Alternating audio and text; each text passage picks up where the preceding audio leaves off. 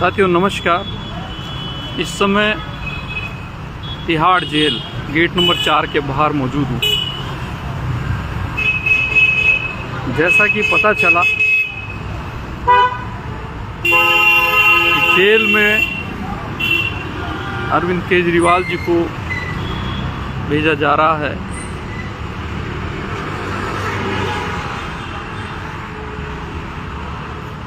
तो क्योंकि मैं दिल्ली में हूँ और मुझसे रुका नहीं क्या, देश के बेहतरीन ज़बरदस्त मुख्यमंत्री और लीडर को आज सिर्फ अपनी सत्ता जाने के डर के मारे केंद्र में बैठी बीजेपी मोदी सरकार आज इस स्थिति में ला दिया है। साथियों,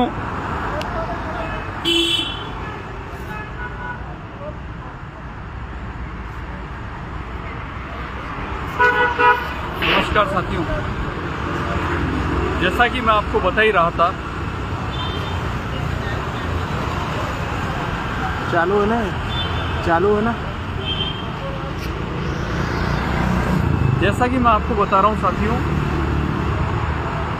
अब पूरे देश को समझने की जरूरत है कि आखिर ये हो क्या रहा है और ये कब से शुरू हुआ है। साथियों, 2014 में देश की राजधानी दिल्ली में आम आदमी पार्टी को अभूतपूर्व सफलता मिली और उस सफलता के बाद आम आदमी पार्टी को दिल्ली में सरकार चलाने का मौका मिला।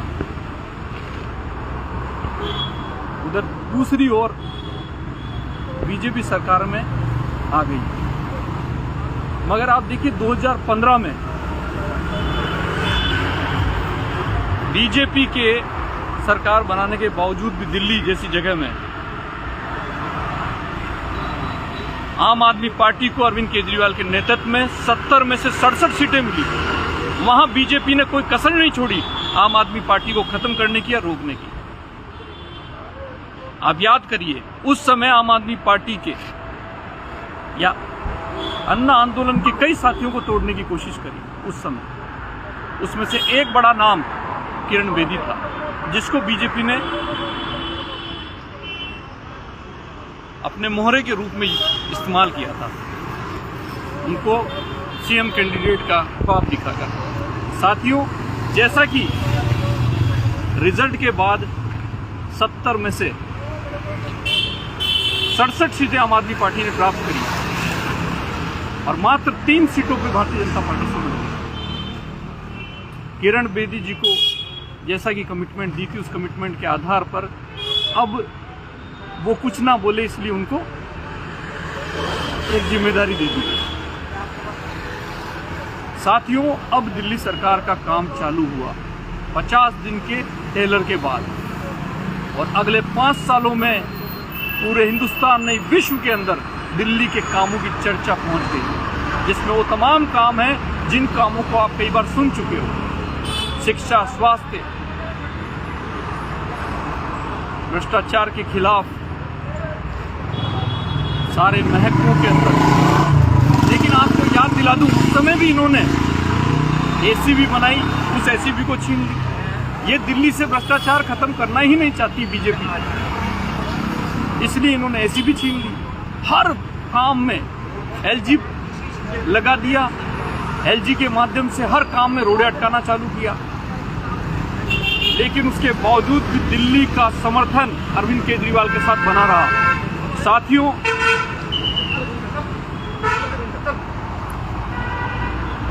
आप देख लीजिए, इस समर्थन के 5 साल पूरे हुए।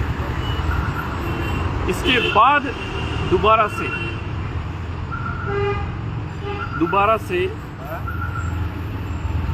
जब इलेक्शन आया तो अरविंद केजरीवाल जी को फिर से 70 में से 62 सीटें, जो कि पूरे हिंदुस्तान में सबसे हाई मैंडेट है। यह अलग बात है कि भारतीय जनता पार्टी फिर से केंद्र में सत्ता में आई, लेकिन उनकी तकलीफ उनके गले में हड्डी की तरह फंसा हुआ था अरविंद केजरीवाल। देश की राजधानी दिल्ली के अंदर उनका शासन नहीं है जहां वो बैठते हैं। इसलिए फिर लगातार कई षड्यंत्र चालू रहे। 2020 के अंदर भी इन्होंने षड्यंत्रों में कोई कमी नहीं छोड़ी, लेकिन उसके बावजूद भी दिल्ली की जनता के दिलों पर अरविंद केजरीवाल का राज रहा। साथियों, बात यहां खत्म नहीं हुई। इसके बाद आम आदमी पार्टी को पूरे देश के अंदर इनवाइट किया गया। उसी के तहत आम आदमी पार्टी पंजाब में सरकार में, उसके बाद गुजरात में जिस जगह पर ये 22 साल से राज में थे भारतीय जनता पार्टी, उस जगह पर भी 43 लाख वोट और 5 सीटें आई। इससे आम आदमी पार्टी राष्ट्रीय पार्टी बन गई और भारतीय जनता पार्टी बौखला गई। उस बौखलाहट में इन्होंने देखा कि अब इस पार्टी को रोकना बड़ा मुश्किल है, तो राष्ट्रीय पार्टी बन गई। साथियों, अब आए लोकसभा के इलेक्शन। उससे पहले इन्होंने एक अध्यादेश लाने की कोशिश करी कि केजरीवाल को काम नहीं करने देंगे। लोकसभा और राज्यसभा से एक अध्यादेश पारित किया गया जिसमें सारी शक्तियां एलजी को दे दी गई। आप समझ रहे हैं मैं सब बातें क्यों कह रहा हूं आपको? इसलिए कह रहा हूं कि ये जो सारा ड्रामा किया गया है और जो बताया जा रहा है कि केजरीवाल ने भ्रष्टाचार किया शराब घोटाले के नाम से, एक दिल्ली के उप मुख्यमंत्री और एजुकेशन मिनिस्टर को, जिन्होंने दिल्ली की सारी स्कूलों की काया पलट दी, गरीब से लेकर अमीर तक के बच्चे को बेहतरीन शिक्षा सरकारी स्कूल में दिलवाने का जो काम किया, बेहतरीन स्वास्थ्य सेवाएं सत्येंद्र जैन जी के नेतृत्व में हुई, उन सबसे इनकी बौखलाहट। अब बात आ रही है तीसरी बार लोकसभा की। ये पूरी तरह से निस्तो नाबूद है। किसान के, जवान के, शिक्षा के, स्वास्थ्य के, रोजगार के तमाम मुद्दों पे, काले धन पे, हर मुद्दे पे ये पूरी तरह से निस्तो नाबूद हो चुके हैं, एक्सपोज हो चुके हैं पूरे देश के सामने। और सबसे बड़ी बात, जिस तरह से इन्होंने जो इलेक्टोरल बॉन्ड के जरिए जो देश के तमाम लोगों से जो पैसा इकट्ठा किया है, उनको धमका के, उनको ईडी और सीबीआई की धमकियों के जरिए। साथियों, आपको पता ही होगा और मैं बता दूं तो चंदा देने वाले कौन कौन है। आपने कोरोना के समय में सुना होगा कि हर व्यक्ति को रेमडेसिविर इंजेक्शन लगाना बहुत जरूरी हो गया था। इन्होंने, उन कंपनियों ने, जिन कंपनियों ने अपने इक्विपमेंट्स, अपनी चीजों को औने पौने दामों में दुनिया सबसे महंगे करके बेचे, इन्होंने भ्रष्टाचार किए, उन जगहों से पैसा लिए। कत्ल खाने चलाने वाले लोगों से, गाय का मांस बेचने वाले लोगों से इन्होंने पैसा लिया। ये तमाम चीजें आज पूरे देश के अंदर सुप्रीम कोर्ट के जरिए एक्सपोज हो गई है। अब साथियों, इनके पास कुछ नहीं बचा,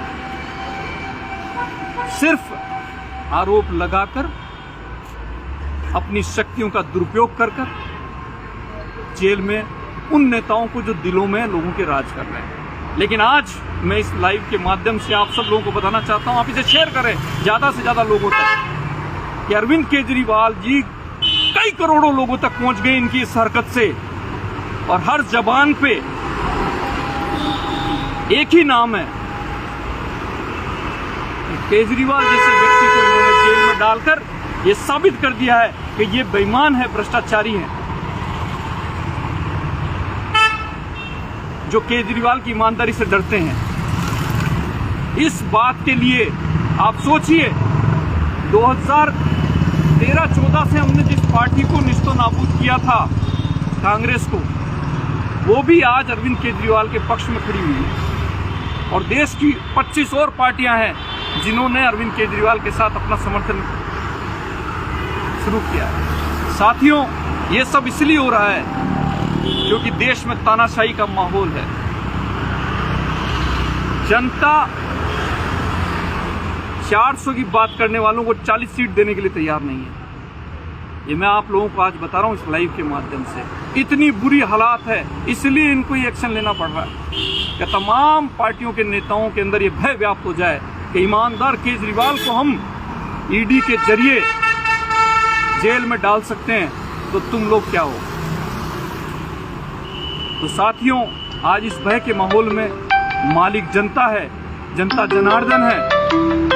और उस जनता ने यह तय किया है कि इस बार पूरे देश के अंदर इस मोदी के, बीजेपी के आतंक को, तानाशाही को खत्म करके बताएंगे। साथियों, इस समय में सेंट्रल जेल के बाहर खड़ा हूं। आप देखिएगा आने वाले समय में क्या क्या होता है। पूरे देश के अंदर मां बहन बेटियां, जब से केजरीवाल जी को ईडी के द्वारा इन्होंने कस्टडी में लिया है, तब से पूरे देश की मां बहन बेटियां ताज्जुब कर रही है कि ये राम का नाम लेने वाले काम सारे रावण के कर रहे हैं।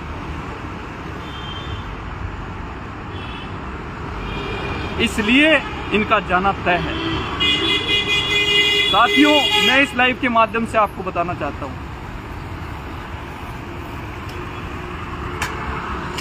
इधर का फोटो खींच रहा था क्या? इधर का फोटो खींच रहा था क्या? साथियों, मैं बताना चाहता हूं, मिट्टी के शेर नहीं है हम लोग मिट्टी के शेर नहीं है। दूसरी चीज, हम लोग मिट्टी के शेर नहीं है, ये हम बताना चाहते हैं। ठीक है, तो साथियों, आप इसे शेयर करें ज़्यादा से ज़्यादा लोगों तक। नमस्कार, जय हिंद।